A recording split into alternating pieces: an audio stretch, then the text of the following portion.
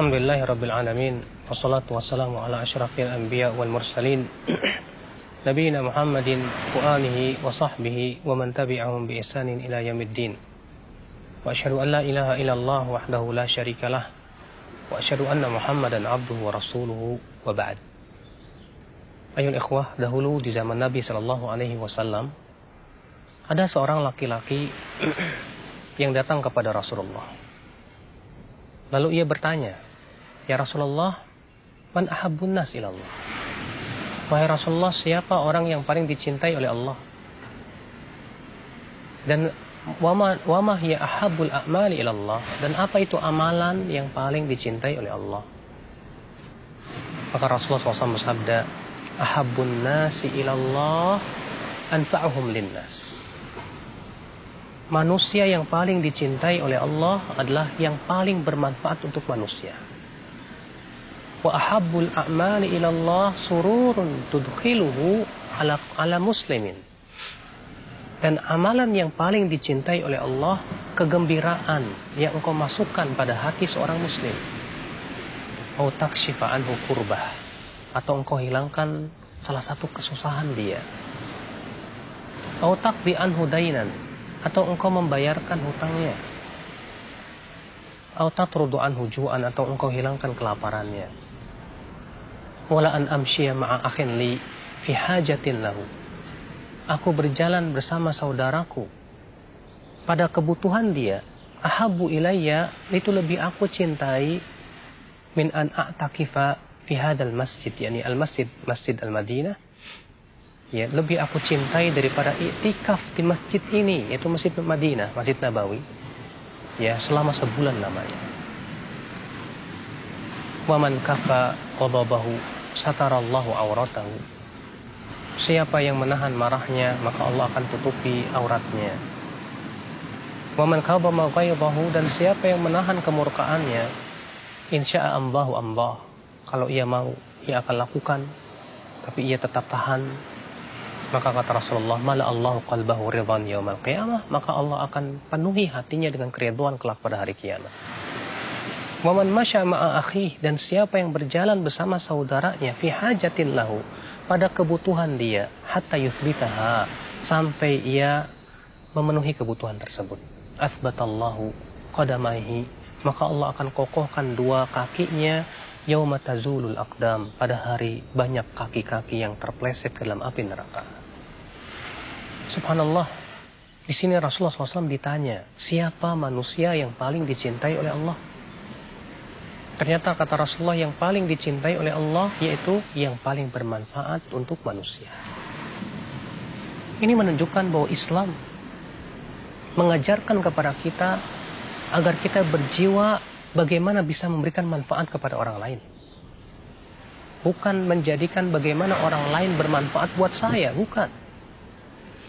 Tapi yang kita pikirkan adalah bagaimana saya bisa memberikan manfaat untuk orang lain. Oleh karena itulah Rasulullah SAW sabda, al-yadul ulya khairun minal yadis sufla. Tangan di atas lebih baik daripada tangan di bawah. Subhanallah. Rasulullah menganjurkan umatnya untuk berjiwa bagaimana bisa memberikan manfaat. Bagaimana ia tidak menyandarkan dirinya kepada orang lain, tapi ia berusaha. Ia berusaha untuk memberikan manfaat untuk manusia. Subhanallah. Oleh karena Rasulullah SAW sabda, ihris ala ma yanfa'uk. Bersemangatlah kalian untuk melakukan hal-hal yang bermanfaat. Wala ta'jaz. Wasta'in billah wala ta'jaz, dan mintalah pertolongan kepada Allah dan jangan kamu malas. Seorang mukmin selalu yang ia pikirkan bagaimana bermanfaat hidupnya. Siapa yang punya kelebihan harta, ia berpikir bagaimana saya memberikan manfaat dengan harta saya. Siapa yang punya kelebihan ilmu, ia berpikir bagaimana saya memberikan manfaat dengan ilmu saya kepada manusia. Siapa yang punya kelebihan tenaga, ia berpikir bagaimana saya bisa memberikan manfaat kepada manusia. Kata Rasulullah, wa tu'inu rajul ala dabatihi. Engkau membantu seseorang untuk menaikkan barang-barangnya ke kendaraannya, itu sedekah buat kamu. Sampai-sampai demikian akal Islam. Islam menganjurkan kita untuk menjadi orang yang bermanfaat buat manusia.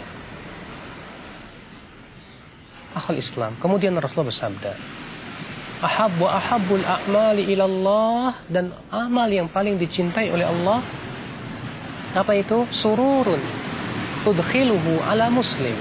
Kegembiraan yang engkau masukkan pada hati seorang muslim. Masya Allah.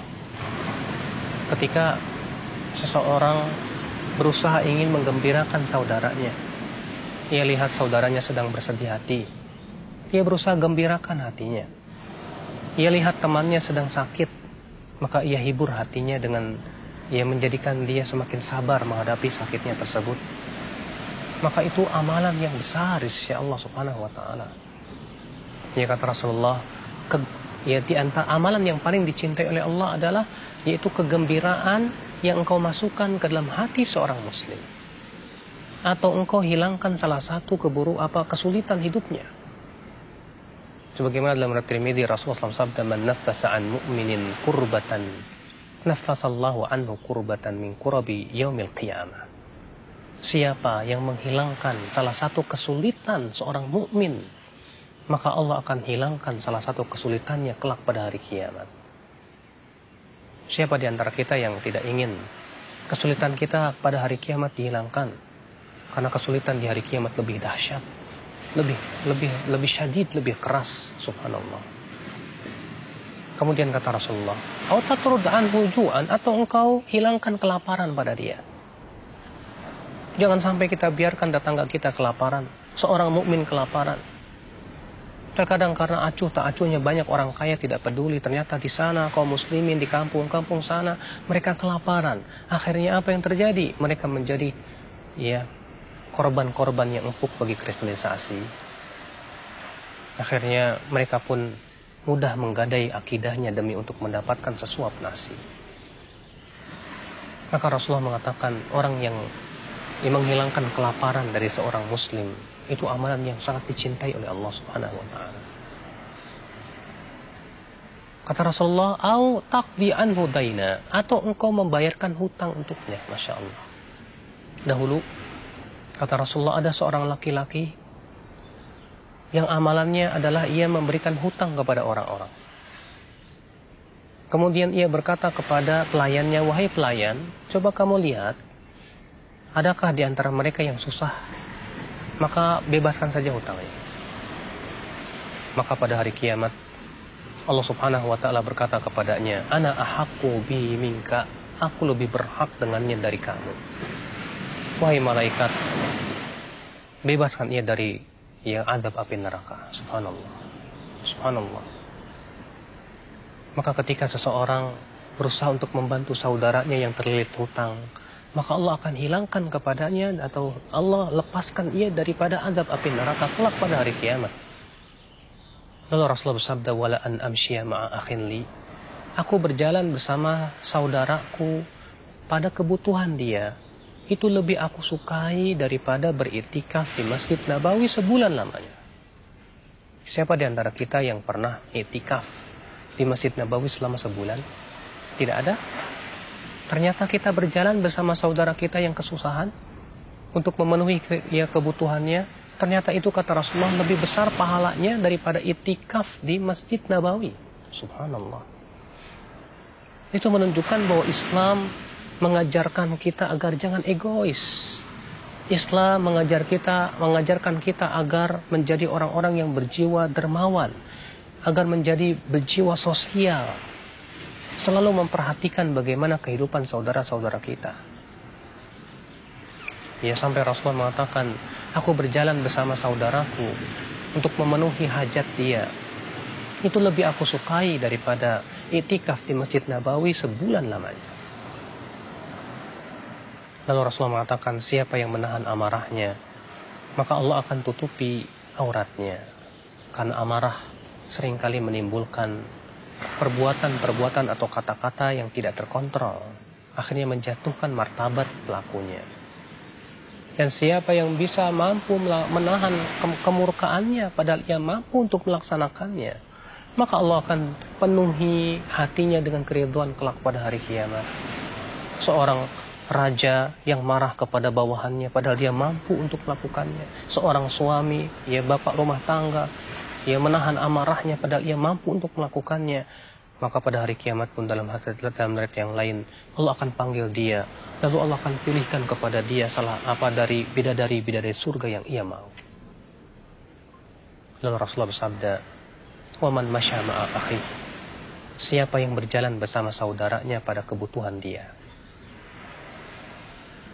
sampai ia memenuhi hajatnya, maka Allah akan selamatkan, Allah akan kokohkan kakinya di hari di mana banyak kaki tergelincir ketika melewati jembatan Sirat.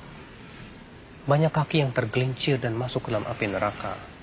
Maka orang yang membantu saudaranya, berjalan bersama saudaranya sampai memenuhi kebutuhannya, kata Rasulullah, Allah akan kokohkan kakinya untuk melewati jembatan Sirat itu, sehingga ia tidak tergelincir. Sungguh ini petuah yang sangat bermanfaat untuk kita ya akhi. Mudah-mudahan kita termasuk orang yang mampu melaksanakan petuah-petuah Nabi SAW dalam hadis ini, sehingga menjadi orang yang paling bermanfaat untuk manusia, sehingga kita menjadi orang yang paling dicintai oleh Allah Subhanahu wa taala. Subhanakallah bihamdik, asyhadu an la ilaha illa anta, astaghfiruka wa atubu ilaik. Wassalamualaikum warahmatullahi wabarakatuh.